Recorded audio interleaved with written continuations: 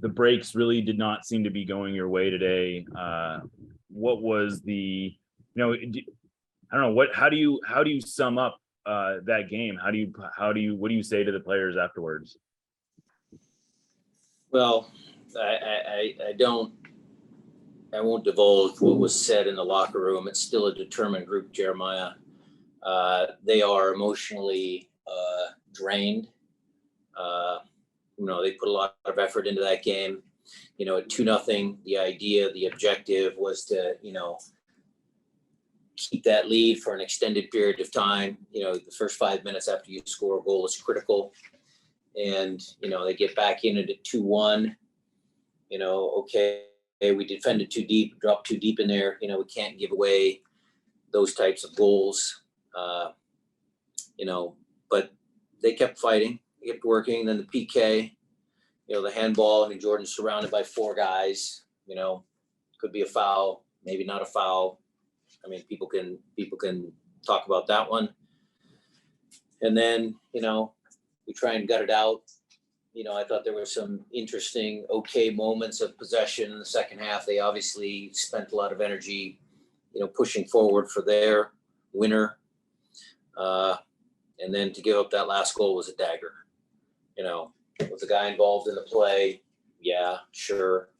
Was he in an offside position? Yeah, sure. But, breaks just aren't going our way. So, it's tough, Jeremiah. It's really tough. But what I can assure everybody is we'll come back home against Houston and, try and start winning some games. We'll go next to Stephen Hagan. Coach, you took a lead in all 3 of your road games on this 3-game stretch. Gave up a penalty in each of those games, ended up losing 2 of them. How do you deal with just some of the bad luck that you've had in this run? Well, we make our own luck, Stephen. It's a combination of, okay, the penalties, yes, some of them were soft, some of them were controversial. There's controversial calls in a lot of games. It just seems like they've kind of stacked up. All of the calls have gone not our way. I don't know how the soccer gods, Jimmy Gabriel used to say, your luck always evens out at the end of the year. It doesn't seem like that's happened to us. Maybe we were fortunate earlier in the year. Maybe you could say that. But,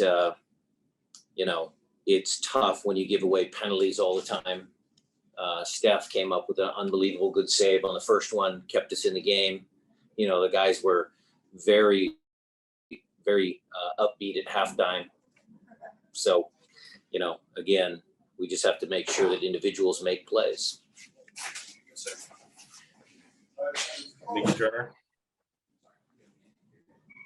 Thanks, Matt. Coach, it seems like chance creation is still a little bit of an issue. You obviously had 2 goals today, so it's tough to say on that kind of occasion. But what do you do to try to increase, the dangerous opportunities in the attacking final third? Well, continue to work with Jordan and Raul, how they play, the guys in behind them. That's still a relatively new formation. We're trying a lot of things towards the end of the year. We'll review all 3 of these games. I had made a commitment to the 3-5-2 for this 3-game stretch. We'll revisit it to see if, again, our standard 4-2-3-1 makes more sense for a home match. We'll take a look at that. So, it's just a combination of different things. I thought some of our extended possessions were good, but yeah, there wasn't a ton of real quality chances there. But, you score 2 on the road, you got to think that you have a chance to come out with something. Jada Evans. Thanks.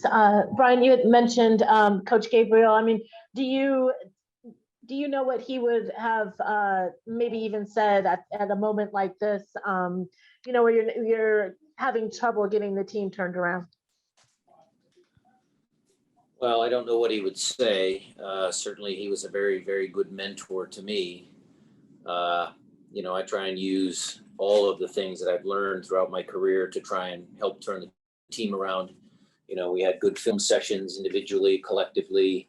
I had different ways of saying the same message. Towards the end of the year, they seem to tune out sometimes from the head coach. So other coaches have stepped in, delivered the messages.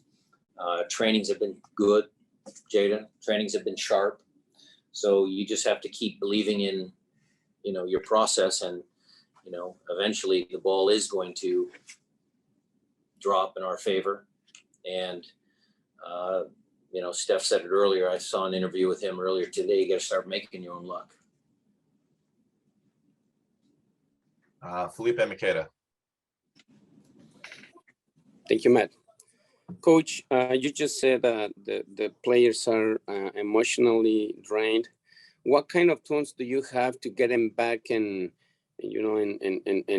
confront the next series of games that you have until the end of season? Well, it's actually their job, and they do a pretty good job of playing, fighting. The team doesn't give up. So I think it's a pretty easy question. They're going to do it. They get paid to do it. They do it very well. They never give up. They never quit. So we will come back home and we'll finish out the rest of the season the same way we started the season, trying to win games, trying to win as many games as we can.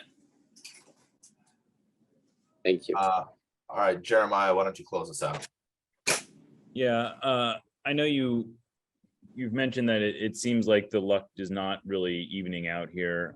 Have you ever experienced a stretch of games like this where it just seems to be one unfortunate break after another? No, never. Not even when Zig was around. Can't even think back to the USL days. I mean, look, we can go back to the, failed penalty against Nico Ladero at Portland at home, starts us off 1-0. Maybe that gives us a break. The penalties we've given up, the VAR calls, all of that sort of stuff. I mean, I could come up with 1,000 excuses, Jeremiah, but the reality is we're here right now. We gave up another tough loss. They're going to get on an airplane. We're going to go home. We're going to recover. We're going to do as much physical recovery as we can. And then we will come up with the appropriate formation for a home game against Houston that had a good result tonight. And, get back up on the horse and, like I said, try and win the game at home.